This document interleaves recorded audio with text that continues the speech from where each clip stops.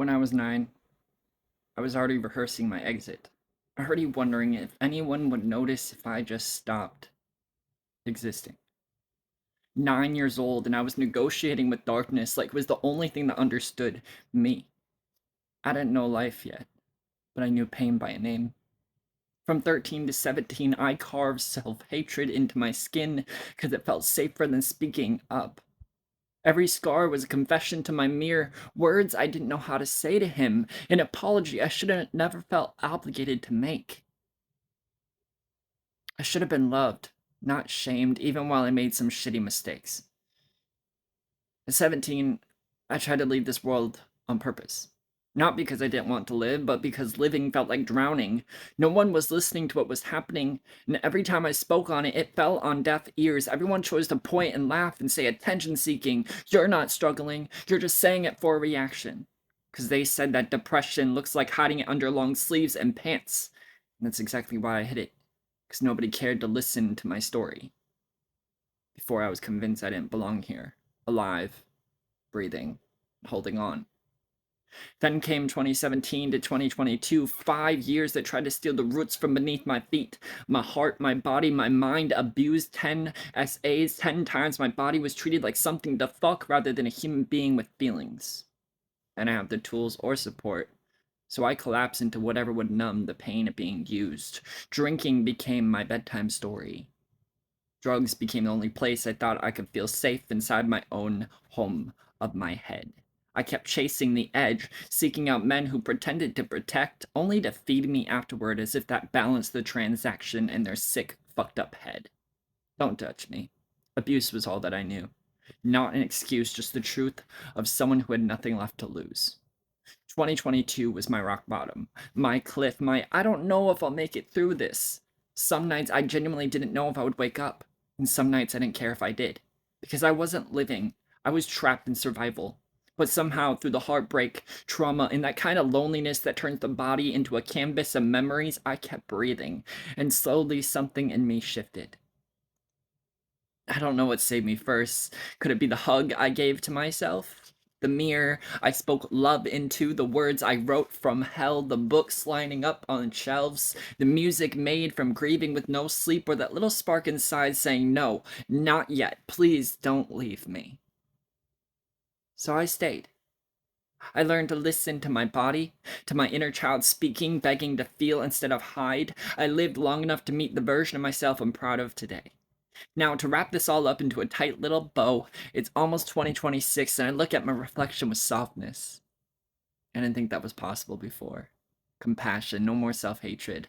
I wrote 17 books since 2023. I recorded 184 songs since 2022. I found confidence in the spaces I used to fill with, you'll never make it, you're a nobody.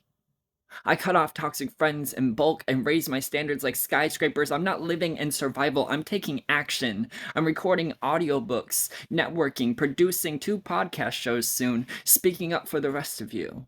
I'm welcoming in these opportunities. Angel numbers follow my eyes. I'm stepping out onto stages once again, performing my poetry, telling the story of the one who saved me. 2026 feels like a breath of fresh air. I always knew I'd make it here. My heart, my body, my mind, my soul, grateful to experience comfort and ease because I shouldn't be here. But I survived losing myself in the breeze. So I choose to celebrate me with a bowl of mint chocolate chip ice cream for breakfast. No one's gonna be mad at me. I'm an adult now. I don't need their permission to live how I live. Actually, make it 2 bowls before I turn on the TV. I'll hold this smile a little while longer, because the world tried to obliterate me. But I turned those shattered parts, my partially loved heart, into my own beautiful masterpiece. And now, when I speak about abundance, it expands towards me. When I breathe slowly, I receive energy upgrades. Nobody needs to understand this natural ascension of ecstasy. My tone, cadence, lyrical flow causes those just like you to let the tears fall down their cheeks as something in them begins to heal just from hearing my voice speak of what I've lived through. I know this voice is powerful, undeniable truth. I know my presence is medicine to those used to degradation and abuse. I know my past became my purpose. I'm grateful I didn't reach for a noose because at only 9 years old, I was convinced I needed to. And the craziest part is I used to think these are just notes in my phone. Who would care enough to read them? but I was wrong. People do care how you feel, and I'm sorry that your environments made you believe you didn't need to exist in the first place. I felt that. I've been there. I closed the damn door on those who couldn't see me, and maybe you need to do the same and allowed some room for you to breathe. I sold 129 books on my own, 17 signed copies with that. That was the spark. That was confirmation. I know I'll be selling millions. Not out of ego, but destiny, alignment, truth. I feel the blessings arriving in ways I can't comprehend yet. I feel preparation and expansion. I feel the future pulling me forward like a magnet. I know 2026 will be the year I walk out onto those stages as the rooms fall silent. Speechless. It'll be the year I perform my music unapologetically, feeling electricity in my veins that says, this is why I deserved to stay. It'll be the year I stop apologizing for how I survived and start celebrating living life. I finally give myself permission. I celebrate all the wins, the big ones, the little ones, the small ones, the tiny ones that you barely notice, loudly, unapologetically, because I earned this, not by handout, but from lessons learned. I fought for this. I crawled through hell. I am a miracle. I am redemption. I am the kid who thought he wouldn't make it through, and the grown man who proved himself wrong. I am the voice for the voiceless. I'm the healing for the hurting. I'm the permission for the broken and to believe they can rise above it too. So I stand here at 25 years old, a prodigy, alive, blessed, grateful, and free from a life of self imposed destruction and misery. I love all the versions I had to become this version of me. And I hope those in the depths of their sorrow will finally learn to believe you deserve to be here tomorrow. Because I love me unconditionally. I never thought that that could be. But thank you for taking the time to listen to my story. Thank you so much. So, I've written 17 books. They're all in my bio if you want to check it out.